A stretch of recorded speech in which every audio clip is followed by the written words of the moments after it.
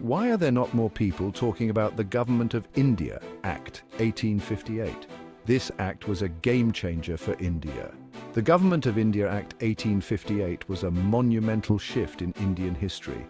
Enacted after the First War of Indian Independence in 1857, it marked the end of the East India Company's rule. On November 1st, 1858, the Queen's proclamation transferred government powers, territories and revenues directly to the British Crown. It abolished the East India Company. The Act also transformed the title of Governor-General of India to Viceroy of India, with Lord Canning becoming the first Viceroy. Say goodbye to the double government system.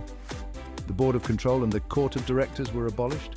Instead, a new office called the Secretary of State for India was created, granting full authority over Indian administration. To assist the Secretary of State, a 15-member Council of India was established, with the Secretary of State as its chairman of the Council. This reorganization aimed to streamline governance and improve efficiency. If this intrigued you, don't forget to subscribe, like and share. Stay tuned for more fascinating history lessons.